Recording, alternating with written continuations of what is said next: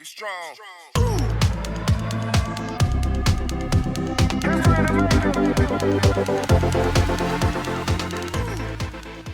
Hello guys and welcome to my channel the Indian miner. तो आज के video में हम देखेंगे कि लैपटॉप पे सेफली माइन कैसे करें एंड हमें क्या क्या प्रिकॉशंस रखने चाहिए लैपटॉप पे माइन करते हुए, और क्या टेम्परेचर्स जो है वो लैपटॉप के लिए सही रहते हैं। एंड बिगिनिंग से लेके एंड तक हम सारा सेटअप देखेंगे। तो सबसे पहले अगर आप लैपटॉप पे माइन करना चाह रहे हो तो आपको पहले चेक करना होगा कि आपके पास कौन सा जीपीयू है। अगर आप पे 2 GB से ऊपर का कोई भी जीपीयू है लैपटॉप में तो आप उस पर परफेक्टली माइनिंग कर सकते हो। जो 2 GB के नीचे वालों पे भी माइन कर सकते हो, लेकिन 2 GB के ऊपर हो तो ही आपको कुछ प्रॉफिट होगा। तो हम देखते हैं कि हम किस किस पे माइन कर पाओगे। अगर आपके जीपीयू की साइज़ जो है वो 3 GB है तो आप उस पर कर सकते हैं Raven coin mine, Ethereum classic mine कर सकते हो, अर्गो कर सकते हो, और बहुत सारे कॉइन्स जो है वो आप माइन कर सकते हो। अगर आपके लैपटॉप में जो ग्राफिक्स कार्ड है वो 5 GB का है, मतलब 4 GB से ऊपर का है, क्योंकि इथेरियम की जो डैक फाइल है वो 4.4 GB की हो चुकी है, इसलिए आप जो अंडर 4 GB कार्ड्स है उस पर आप माइनिंग नहीं कर सकते। अगर आप पे 5 GB या 6 GB का ग्राफिक्स कार्ड है तो आप इथेरियम माइन कर सकते हो उसमें। लेकिन आज का हमारा फोकस रहेगा 4 GB वाले, 3 या 4 GB वाले जो कार्ड्स, हम उन पे माइनिंग कैसे करें।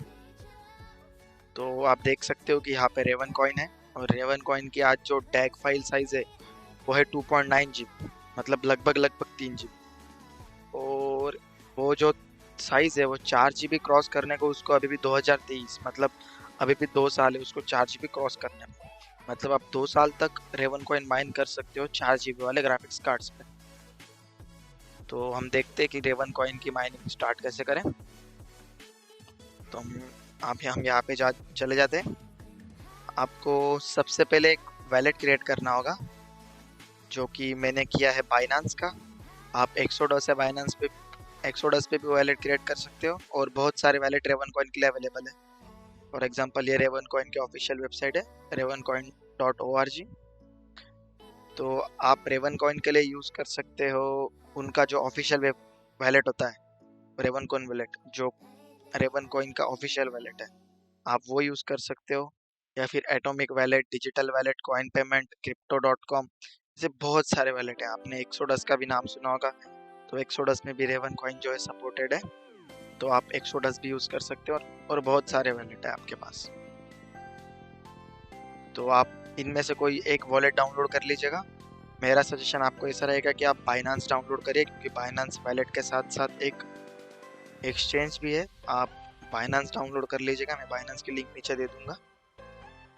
आप बाइनांस पर रजिस्टर कर लीजिएगा और वहाँ से आपका जो रेवन कॉइन का एड्रेस है वो ले लीजिएगा। तो अपने जो सेकंड स्टेप है वो है डाउनलोड माइनर।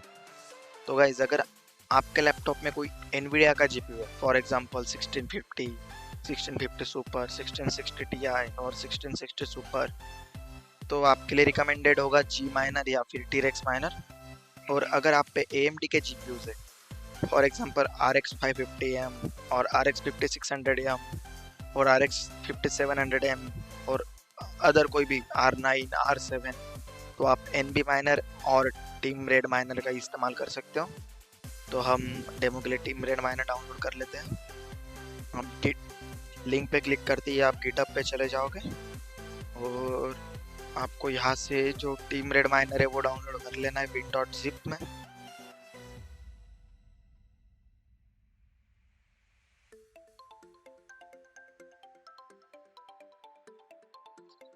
तो हमारा टीम रेड माइनर की जो फाइल है ओपन हो चुकी है।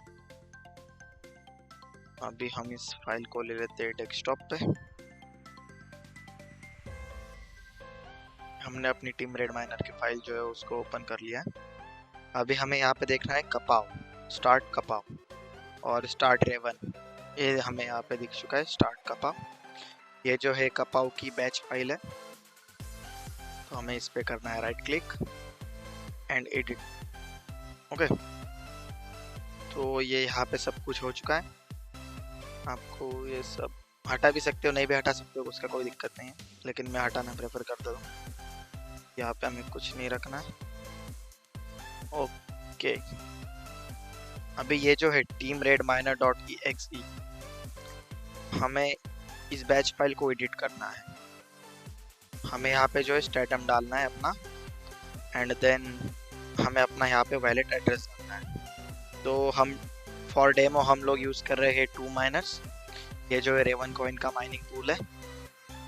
तो गाइज आप जैसे ही 2 माइनर्स की वेबसाइट खोलोगे आपको कुछ इस तरीके से देखने को मिल जाएगा। आपको नीचे आके रेवन कॉइन पे टैप करना है, बाद में आपको क्विक स्टार्ट में जाना है। यहाँ पे आने के बाद आपने जो भी माइनर डाउनलोड किया है वो माइनर का जो अपना कॉन्फ़िग होता है वो कॉपी कर लेने का है। आप नीचे जाके settings for ji minor, settings for T-rex, settings for team red minor, हमने जो टीम रेड माइनर डाउनलोड किया है इसलिए हम ये सेटिंग्स को यहाँ से लेके यहाँ तक पूरी कॉपी कर लेंगे एंड अपना जो नोटपैड हमने एडिट किया था उस पर जाके पेस्ट करेंगे। हमें इसको सब कुछ निकाल देना है और बाद में यहाँ पेस्ट करना है, और बाद में यूर वैलेट एड्रेस के जगह पे अपना वैलेट का एड्रेस डाल देना है। इस जगह पे हमें टैप उसको पेस्ट कर देना है। ओके, एंड यहाँ पे जो रिग आईडी लिखा हुआ है वहाँ पे आप आपकी जो रिग है उसको क्या नाम देना चाहते हो वो दे सकते हो।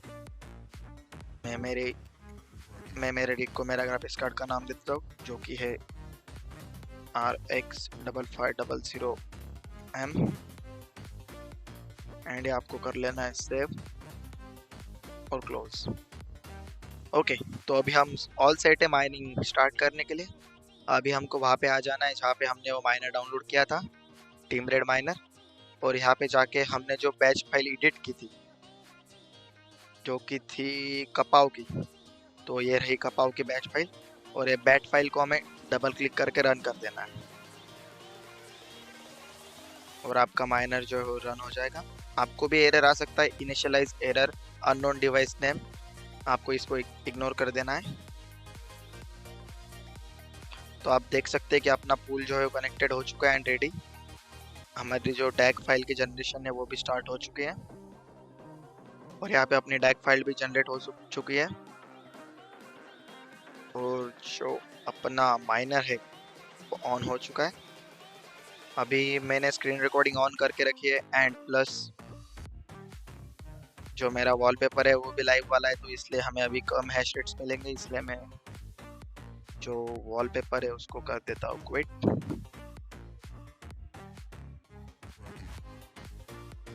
अभी तो स्क्रीन रिकॉर्डिंग चल रही है इसलिए अब हमें जो हैश रेट है वो कम मिल रहा है। मैं स्क्रीन रिकॉर्डिंग बंद करके स्क्रीनशॉट यहाँ पे पेस्ट कर दूंगा, तो आप देख सकते हैं कि हमें लगभग 13 के करीब हैश रेट मिल रहा है, और मैंने इसको 2 घंटे से ऑन छोड़ दिया है। वैसे ही 2 घंटे से ऑन ही रखा है माइनर को। तो अभी हम देखते हैं इसका प्रॉफिटेबिलिटी क्या है, हमें ये कितना प्रॉफिट दे सकता है। तो हम चले जाते हैं व्हाट टू माइन पे, व्हाट टू माइन, और हम इसको कर देते हैं सब कुछ क्लियर डिफ़ॉल्ट में जाके। एंड तो हमें जो अपना हैश रेट मिल रहा है वो मिल रहा है 13 का, एंड जो अपना पावर कंजम्पशन है गाइस वो जो है लैपटॉप को, आपको पता होगा कि लैपटॉप बहुत कम पावर कंजम्पशन करता है। तो मैंने जो वॉल पे सॉकेट लगाया उसमें देखा कि मेरा लैपटॉप 46 वॉट पावर पुल कर रहा था।